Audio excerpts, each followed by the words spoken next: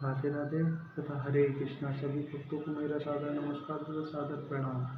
तो आइए, कल हमने अपने तीसरे अध्याय पर चर्चा की थी और तीसरे अध्याय को पढ़ा था। आज हम चौथे अध्याय को पढ़ते हैं, जिससे आप फिर कभी अगर आप चौथे अध्याय का अध्ययन करते हैं तो फिर कभी इस नर्क लोक में, इस सांसारिक दुनिया में फिर कभी नहीं आना होगा और आप श्री मेरे प्रिय राधा माधव जी के धाम चले जाएंगे। तो आइए हम चौथा अध्याय स्मरण करते हैं। चौथा अध्याय। श्री कृष्ण भगवान बोले, इस अविनाशी कर्म योग को मैंने सूर्य से कहा, सूर्य ने मुनि से कहा और मुनि ने राजा इक्ष्वाकु से कहा। हे अर्जुन, इस परंपरा से प्राप्त यह योग सब राजर्षियों ने जाना, परंतु अधिक समय व्यतीत होने से यह लुप्त हो गया। वही प्राचीन युग आज तुमको मैंने बताया है, क्योंकि तुम मेरे भक्त और मित्र हो और योग रहस्य अति उत्तम है। अर्जुन कहने लगे, आपका जन्म तो अभी हुआ है और सूर्य का जन्म बहुत पहले हुआ था। मैं कैसे मानूं कि आपने सूर्य को यह योग बताया था। श्री कृष्ण बोले, हे अर्जुन, मेरे और तुम्हारे अनेक जन्म हो चुके हैं। मुझे याद है, तुम भूल गए हो।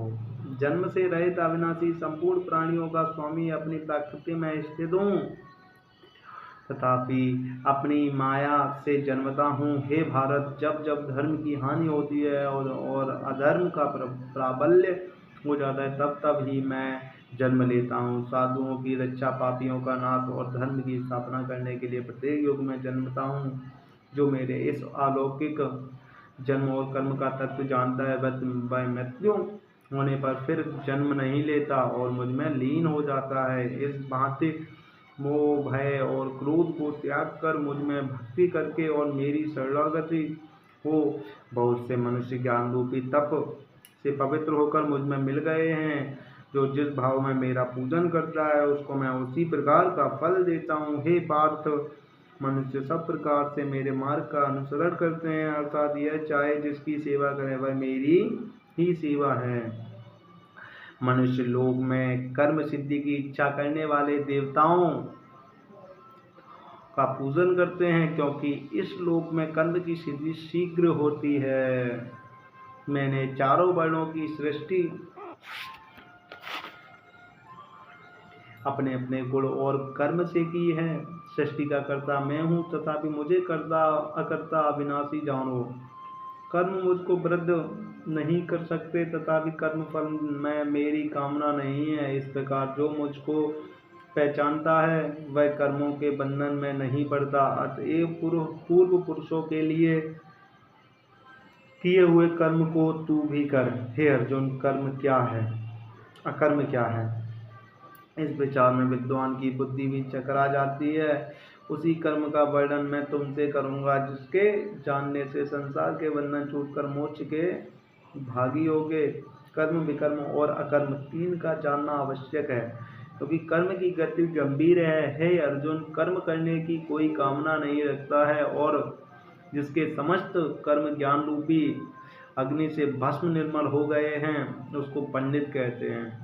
जो कर्म फल की आशा छोड़कर करता है और उसमें आसक्ति भी नहीं रखता है और निराशय ही संतुष्ट रहता है, ऐसा मनुष्य कर्मों में घिरा रहने पर भी मानो कुछ नहीं करता है।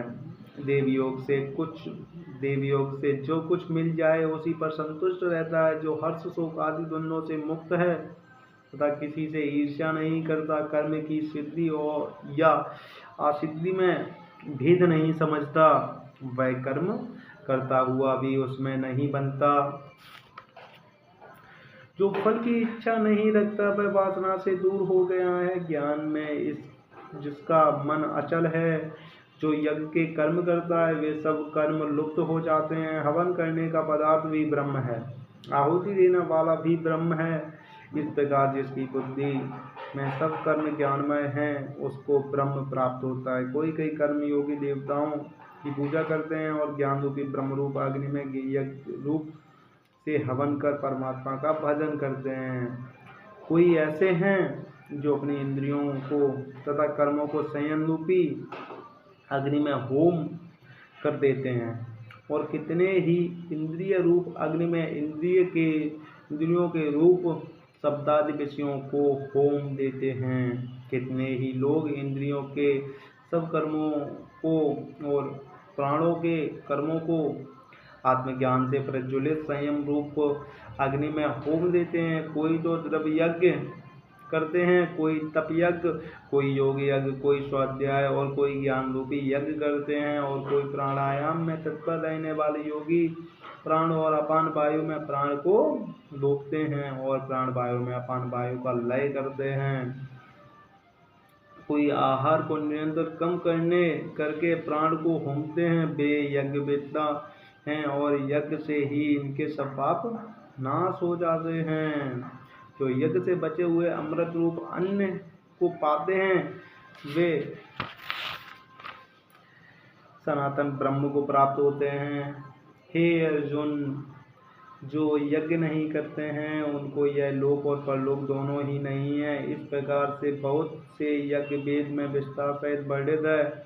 इन सबको कर्म से उत्पन्न हुए जानो, ये परंतप दबमय यज्ञ से ज्ञान यज्ञ उत्तम है। हे पार्थ, फल सहित सब कर्म ज्ञान से समाप्त हो जाते हैं, तो उस ज्ञान यज्ञ का तत्वदर्शी और ज्ञानी लोग तुमको उपदेश करेंगे। इसीलिए तुम उनकी सेवा करना और उनको विनय पूर्वक प्रसन्न करके ज्ञान यज्ञ जानना। इस ज्ञान का लाभ प्राप्त करके तुमको ऐसा मोह फिर नहीं होगा। इसी ज्ञान से समस्त प्राणियों को तुम अपने में और मुझ में देखोगे। यदि सब प्राणियों से अधिक पाप करने वाले हो तो भी ज्ञान रूपी नौका से ही सब पाप रूपी समुद्र को पार कर जाओगे। हे अर्जुन, जिस प्रकार प्रज्वलित अग्नि लकड़ी को जलाकर भस्म कर देती है, वैसे ही ज्ञान रूपी अग्नि सब कर्मों को भस्म कर डालती है। इस लोक में ज्ञान के समान पवित्र और कुछ नहीं है। यह ब्रह्म बहुत काल पर्यंत कर्म योग से सिद्ध हुए पुरुषों को अपने आप ही प्राप्त होता है। जो श्रद्धावान पुरुष इंद्रियों को जीतकर ब्रह्म ज्ञान में लगा रहता है, वह ज्ञान को प्राप्त करता है और ज्ञान को पाकर अल्प समय में शांति को पा जाता है।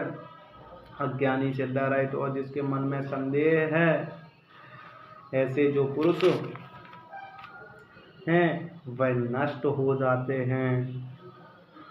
जिनके मन में संदेह रहता है उनको यह लोक परलोक और सुख कुछ भी प्राप्त नहीं होता है। जिससे परमेश्वर आराधना और निष्काम कर्मयोग के आश्रय से कर्म बंधन त्याग दिए हैं। हे अर्जुन, उस आत्मज्ञानी पुरुष को कर्म नहीं बांधते। अतएव अज्ञान से उत्पन्न हुए चित्त को इस संयम को ज्ञान रूपी तलवार से काटकर मेरे बताए हुए कर्मयोग को करने के लिए प्रस्तुत हो जाओ। हरे कृष्ण, हरि बोल। तो आज का यहाँ पे 14 अध्याय यहीं पे समाप्त होता है। उसके बाद अब हम पढ़ेंगे आगे महात्मा। 14 अध्याय का क्या महात्मा, भगवान श्री कृष्ण ने लक्ष्मी जी को क्या बताया 14 महात्मा, आइए जानते हैं। श्री भगवान बोले, हे लक्ष्मी, जो पुरुष श्री गीता जी का पाठ करते हैं उनके स्पर्श मात्र से अधम देह छूटकर मुक्ति को प्राप्त होता है। लक्ष्मी जी ने पूछा, हे महाराज, श्री गीता जी के पाठ करने वाले को छूकर कोई भी जीव मुक्त हुआ है? तब श्री भगवान ने कहा, हे लक्ष्मी, तुमको मुक्त हुई एक पुरातन कथा सुनाता हूँ। भागीरथी गंगा के तट पर एक काशीपुरी नगर है। वहाँ एक वैष्णव श्री गीता जी के 4 अध्याय का पाठ किया करता था। एक दिन वह साधु वन में गया। वहाँ बेरियों के 2 वृक्ष थे, उनकी बड़ी छाया थी। वह साधु वहाँ बैठ गया।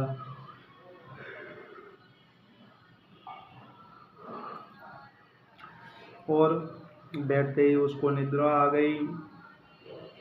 एक बेरी से उसके पांव लगे और दूसरी के साथ सिर लग गया। वह दोनों बेरियां आपस में कांपकर पृथ्वी पर गिर पड़ी। पत्ते उनके सूख गए। परमेश्वर की इच्छा से वह दोनों बेरियां ब्राह्मण के घर 2 पुत्रियां हुईं। हे लक्ष्मी, बड़े उग्र पुण्यों के करने से मनुष्य देह मिलती है। फिर ब्राह्मण के घर जन्म लेकर उन दोनों लड़कियों ने तपस्या करनी आरंभ की। जब वह दोनों बड़ी हुई तब उनके माता पिता ने कहा, हे पुत्रियों, हम तो बाप तुम्हारा विवाह करते हैं। तब उन दोनों ने माता पिता से कहा, वह विवाह नहीं करेंगी, उनको अपने पिछले जन्म की खबर है, वह जाति से सुंदर जन्मी थी। उन्होंने कहा, एक हमारे मन में कामना है, परमेश्वर वह पूर्ण करे तब बहुत भली बात है। उनके मन में यही था कि वह साधु जिसके स्पर्श करने से हमारी अधम देह छूटकर यह देह मिली, वह मिले तब बहुत भला है। इस विचार कर दोनों लड़कियों ने माता पिता से तीर्थ यात्रा करने की आज्ञा मांगी। अब माता पिता ने तीर्थ यात्रा की आज्ञा दी। तब उन दोनों कन्याओं ने माता पिता की चरण वंदना करके गमन किया। तीर्थ यात्रा करती करती वे बनारस पहुंची। वहां जाकर देखा वह तपस्वी बैठा है, जिसकी कृपा से हम बेरी की देह से छूटी हैं। तब दोनों कन्याओं ने चरण वंदना करके विनय करी, हे संत जी, धन्य हो, आपने हमको कृतार्थ किया है। तब उस तपस्वी ने कहा, तुम कौन हो, मैं तुम्हें नहीं पहचानता। कन्याओं ने कहा, हम आपको पहचानती हैं, हम पिछले जन्म में बेरियों की योनि में थे।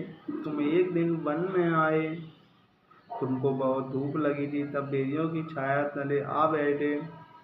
लंबा सन होने से एक बेरी तुम्हारी कृपा से आपके चरण लगे, दूसरी को सिर लगा। उसी समय हम बेरी की देह से मुक्त हुई। तुम्हारी कृपा से हमारी गति हुई है। श्री गीता जी के 4 अध्याय का ऐसा महात्मा है। तब वह मन, वचन और कर्म से नित्य प्रति पाठ करने लगा। तब श्री नारायण जी ने कहा, हे लक्ष्मी, यह 4 अध्याय का महात्मा है जो मैंने आपको सुनाया है। राधे राधे तथा हरे कृष्णा। आज 4 अध्याय का ये महात्मा यहीं पर समाप्त होता है और कल हम मिलते हैं अपने 5वें अध्याय के साथ। राधे राधे तथा हरे कृष्णा। अगर वीडियो अच्छी लगी हो तो अपने घर परिवार, अपने दोस्तों के साथ शेयर करें, क्योंकि अगर पग पग बढ़ाएंगे तभी हम हिंदू राष्ट्र और भक्ति में आ सकते हैं, क्योंकि भक्ति करना बहुत ज़रूरी है। अगर भक्ति नहीं करेंगे तो हमारा उद्धार नहीं होगा। इससे मेरा आपसे यही निवेदन है कि भक्ति करें, जिससे कि फिर एक कलयुग दुनिया में, इस नरक लोक में फिर से हमें ना आना पड़े और हम प्रभु के श्री धाम पहुँचें, अपने प्रिय राधा माधव के धाम पहुँचें। हरे कृष्ण हरि बोल, राधे राधे, हरे कृष्णा। एक बार हम हरे कृष्ण महामंत्र को पढ़ते हैं। हरे कृष्ण कृष्ण कृष्ण हरे हरे, हरे राम राम राम हरे हरे, हरे कृष्ण हरि बोल, राधे राधे, हरे कृष्णा।